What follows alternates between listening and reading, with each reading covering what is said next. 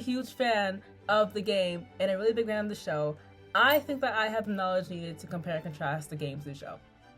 So that's what we're gonna do today. Welcome to my video where I compare and contrast The Last of Us. Let's get started. I tried to record this like 3 times. If it fails one more time, I'm not posting this video. Okay, hi. It's time for the changes. Disclaimer, I'm going to be very, very loud and very, very geeky during this. So if you don't like that, click off. But if you do, welcome in. This is our community where I rant and people fight me on it.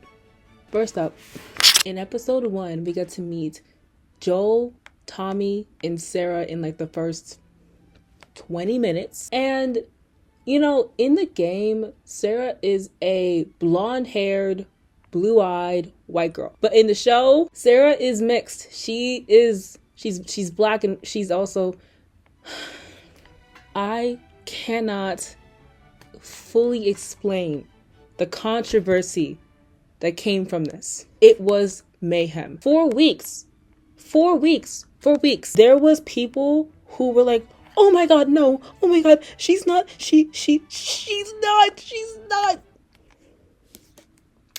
Oh, let's not. I kid you not. For weeks, people were like, that is not Sarah. You need to change the casting right now. Like they didn't film the whole thing. Like it's already done. Like it's not already done.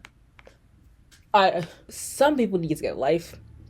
And they still do need to get a life because Nico Parker, who played Sarah and did a phenomenal job, who was on the screen for like 30 minutes because we all know what happened to Sarah. She is not going to play Astrid in How to Train Your Dragon, and it has literally been months of, I don't want her to play Astrid because she doesn't look like Astrid because blah blah blah. And I'm tired.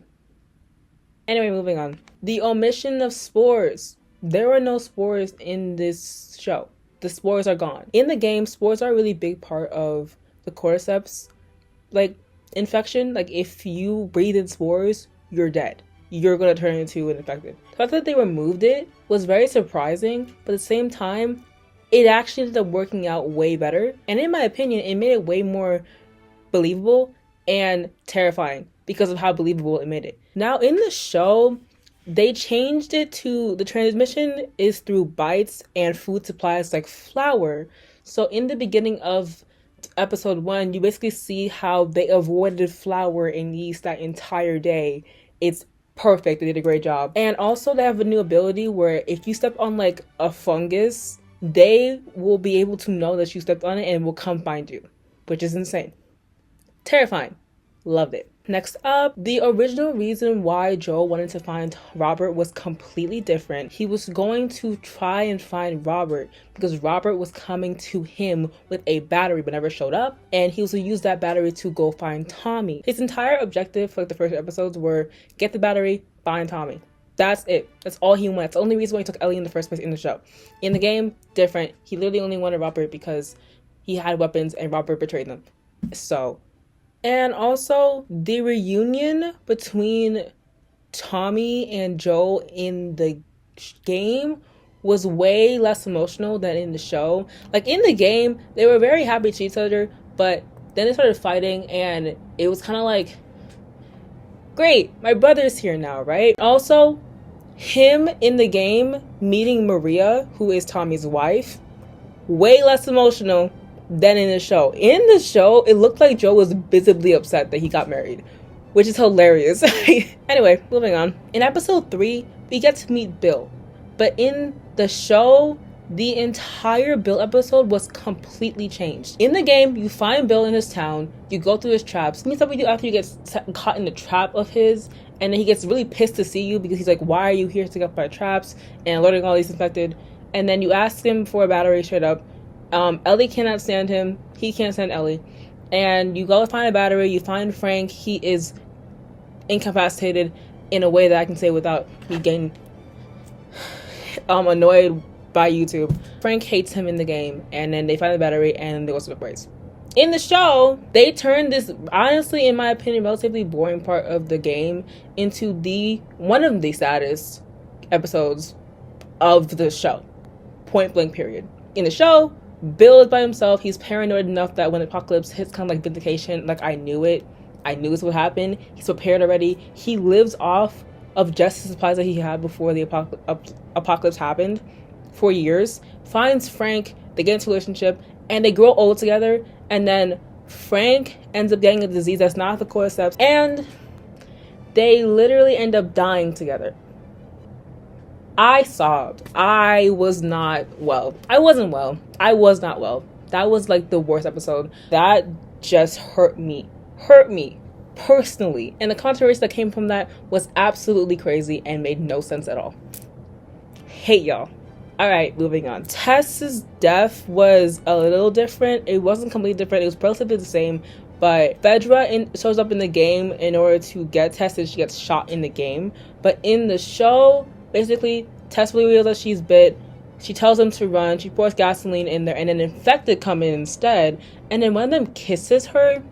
That was weird. It was cool. It was just wow. And then she kind of lights a lighter, drops it, and the entire building explodes.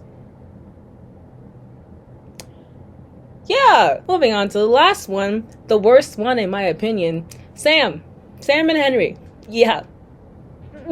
Firstly, they changed location from Pittsburgh to Kansas City and ended up moving Ellie's first kill to the initial ambush in the show, in comparison to the game where Ellie ends up killing a hunter who tries to drown Joel in the hotel that they were in with Tess. And in the game, kind of overlooked, but Bella's performance is perfect, great. And Sam's character, since we have to talk about him, I don't want to talk about him, but we have to. He's younger than Ellie in the show compared to the game. In the game, they were the same age. And he is deaf. He can't hear anything. And in the game, when Sam gets bit, he doesn't tell Ellie. And the next morning, he hurts infected, and basically the same thing happens in the game that it did in the show. But in the show, Sam ends up telling Ellie through a notepad that he's bit, and she cuts herself for some blood and puts on the bite. And then he asks her, can you stay up with me, please? I don't want to turn alone. And she falls asleep by accident. And when she wakes up, she goes over to Sam, who is sitting looking out the window, and he's infected. So they made it worse. But to add one more, somebody said when I was just scrolling on TikTok one day, hey, so when Sam was looking out the window, the reason that was happening was because he didn't want to turn and bite her immediately. Since he can't hear anything, he decided to look out the window so he wouldn't immediately bite her when he turned. That is so great. That's everything. That is everything I needed right now. We're gonna move on to the additions now before I start sobbing. All right, this is rapid fire. We're gonna do this like quickly. We gotta get going. We gotta get going. Okay. There is a scene in episode 1, the very beginning, that starts out the entire series. That is just an epidemiologist in 1968 who talks about the cordyceps infection and basically predicted it 40 years in advance. So eerie, so great. Also, Donatello, the person who plays Donatello in Rise of the Teenage Mutant Ninja Turtles, is the newscaster. I love him, so it was nice to see him. In episode 2, there's a scene where a mycologist inspects a victim with early stages of the cordyceps infection, and then tearfully tells people who ask them what should they do because it looks crazy to just bomb the city that she came from, because she was genuinely aware that there was no way they were going to get out of that without just trying to limit the situation by killing all of them. It's so gory, so cool. We also find out where it even started, Indonesia, and it's just like, it's a really cool foreshadowing and everything. I loved it. They did a great job. Whenever Tommy and Joe unite in the episode and we meet Maria, we find out that Maria is pregnant. Like, she is not pregnant in the game, but she's pregnant in the show. And through the rest of the episode, when Joel tells Tommy to take Ellie off of his hands, that is in the game, but it is way less emotional and actually turns up being a fight in the game. But in the show, he is literally like crying. He's genuinely terrified. Pedro Pascal did an amazing job with this. This one scene that was actually like kind of like crazy to see in the game because they were just fighting almost made me cry in the show. Like, the amount of times I saw them in the show, ooh, Don't even get me started. Don't even get me started.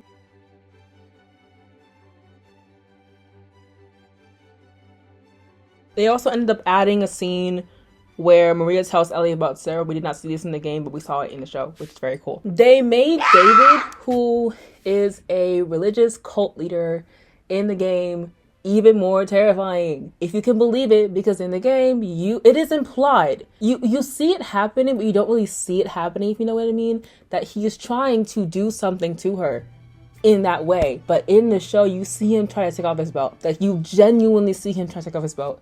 It's so disgusting and terrifying, and it was so hard to watch. And also, we were told that he was a math teacher before he became a preacher in the apocalypse, so he's always been in a position trying to find ways to get closer to kids. Yeah. And then also in the game, his crew was very fine with eating that kind of meat. I'm gonna put it on the screen because I can't say that, I don't think. And then in the show, they are made completely unaware, except for a few people who know.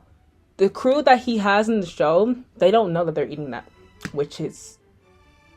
There is an additional character. They added a character who was not in the game by any means. Her name is Kathleen. She is chasing Henry, Sam, Ellie, and Joe throughout episode 4 and 5. And they added her in, I think, to give the audience more of a sympathetic feeling towards the hunters and give them more different perspective.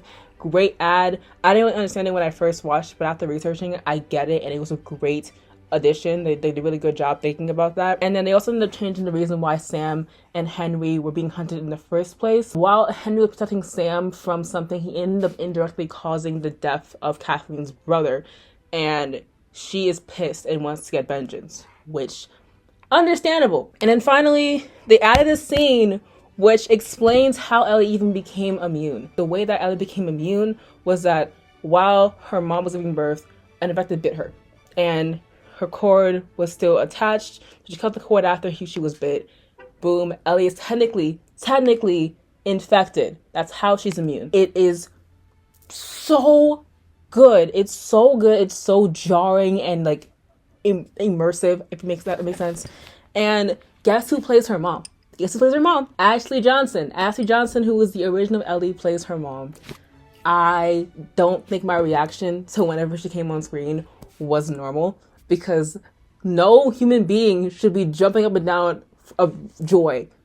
Like, I was screaming running through the house. Like, it was not okay. Ashley Johnson, that's a warranted response. I don't care. All right, we're going to move on to our last section, which is honorable mentions. So, in episode 8, Troy Baker, who is the original Joel, is in that episode, and he is a member of David's crew and a little more trusted, like kind of like an advisor or something of sorts to David. Laura Bailey, who plays Abby in the original Last of Us 2, makes a cameo in episode 9 as a nurse in the hospital room in the final scene where the doctor is killed by Joel. Marlene is played by the original actress for Marlene in the game, so she ended up just like continuing her role to the series. Perry, who is like Kathleen's right-hand man in episode 4 and 5, is played by the original Tommy in the game, Jeffrey Pierce. And then finally, Joel tells Ellie after the giraffe scene, which is like the last scene of innocence and beauty in the show and the game before the events that took place after happened, that he actually ended up trying to off himself after Sarah's death, which was devastating to hear. That's the end of the video. I hope y'all enjoyed this. I love talking about shows and media and games and anything that I'm excited about. And I'm very excited for season 2 of The Last of Us. I hope to not mess it up, because the first season was very peak. I have never seen a show adaptation this good in my life. Well, Arcane, yeah, that too. But the show that we got for The Last of Us was just so perfect, and Neil Druckmann being involved was really great to see. Okay, you can follow my Instagram if you want. You can follow my TikTok if you want. And I hope y'all enjoyed this. Please talk about this in the comments. I want to talk to y'all about this. And I hope you have a great rest of your day. Bye.